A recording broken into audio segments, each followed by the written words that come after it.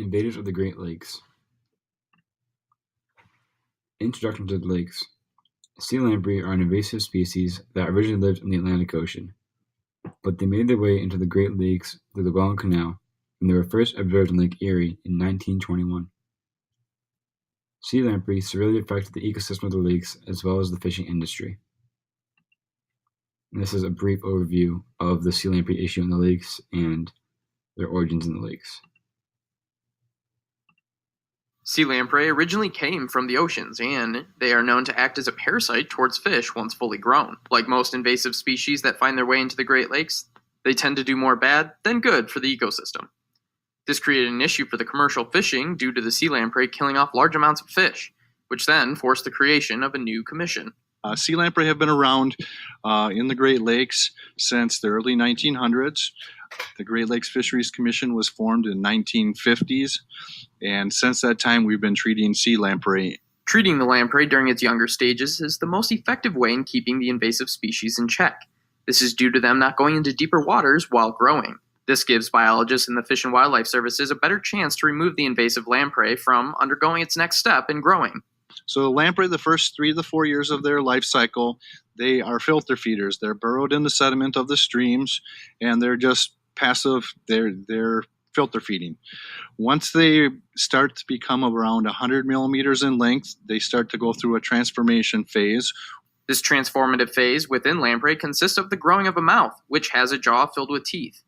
They then use these new tools to go hunting for fish out in the Great Lakes. They swim out to the Great Lakes then. They attach to any fish. They're non-discriminatory, and over the course of approximately 18 months, they will kill 40 pounds of fish. The amount of dead fish could increase if the invasive species is not kept in check and removed when possible. This also could not only cause the commercial fishing to suffer, but also have a large effect on the ecosystem as a whole. For more information about sea lamprey, you can go to our website at abc10up.com. Reporting in Marquette County, I'm Dan Callahan for ABC10 and the CW5.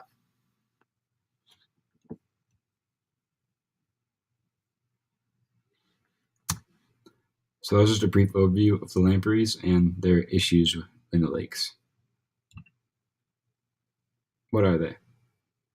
The body of the sea lamprey resembles that of an eel, except for the large oral sucking disc, and they also have horn-shaped teeth and a razor-sharp tongue. They lack a jaw and have 2 dorsal fins.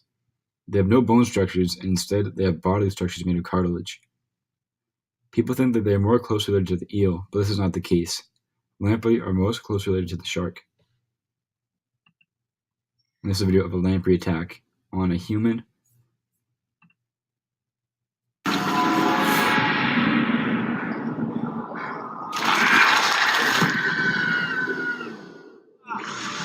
The parallels with vampires are striking. They both tap into that same dark place, the primal fear that they'll drain the life force from us. I've waded through their writhing bodies in a trap built to eradicate them.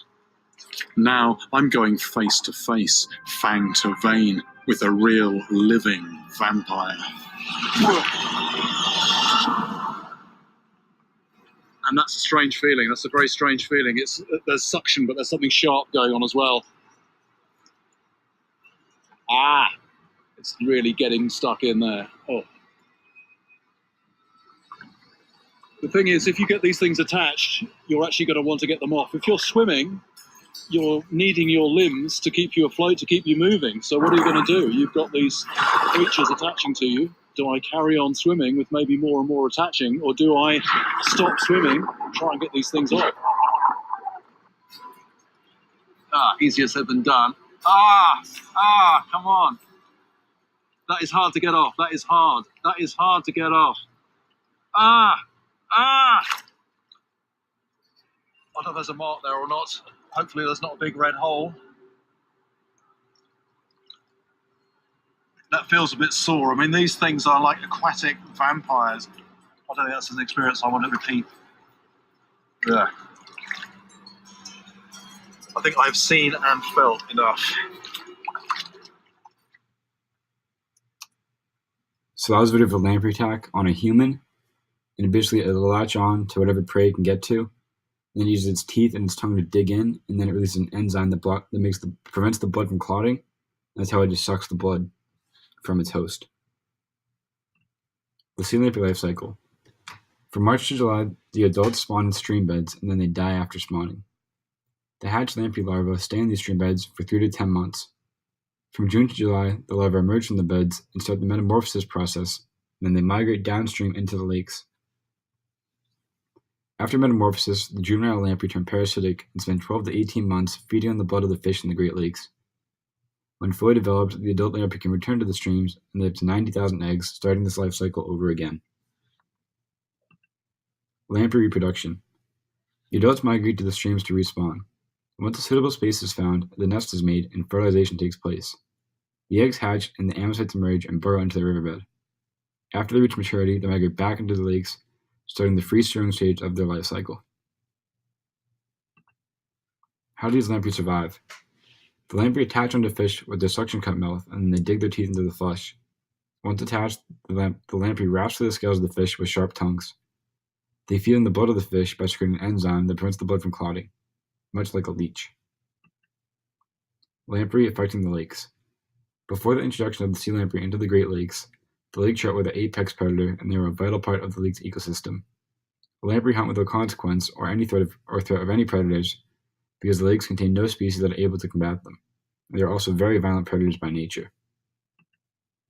What have they done to the Great Lakes? The sea lamprey devastated fish populations and the Great Lake fishing industry. They made the fishing industry 2% of what it was 20 years prior. And during the highest events of sea lamprey, 85% of the fish not killed had attack wounds from the lamprey. They have no enemies in the lakes, so the population is not kept in check. They will hunt all fish to extinction. What have they done to the Great Lakes continued? In its lifetime, one sea lamprey can kill up to 20 to 40 pounds of fish. Before the lamprey invasion, Canada and the US harvested about 15 million pounds of lake trout in the upper Great Lakes each year. By the early 1960s, the catch had dropped dramatically to approximately 300,000 pounds. What are scientists doing to stop the lamprey? A compound labeled TPM, lampricide, was discovered in 1957 and has been used to great success. It is effective because it targets the metabolism of the sea lamprey larva. Since its use in the sea lamprey population has been reduced 90% since the 1950s. Lamprey traps are also used to control the population. And this is the effect of repellent on sea lamprey.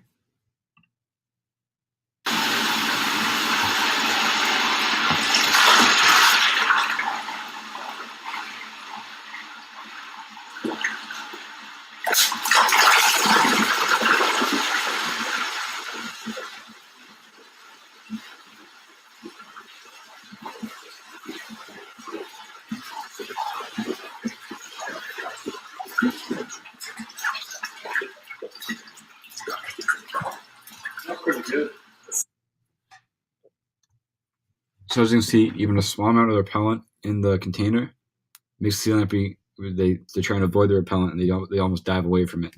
It's very effective. In conclusion, sea lamprey are an invasive species that entered the Great Lakes through the Welland Canal in the 1830s, and they were well spread by the 1920s.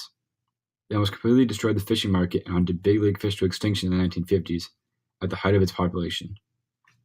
Scientists now use special poisons called TPM, lampricide, to control the lamprey population, returning fishing markets and the fish populations to its normal size. And these are our citations.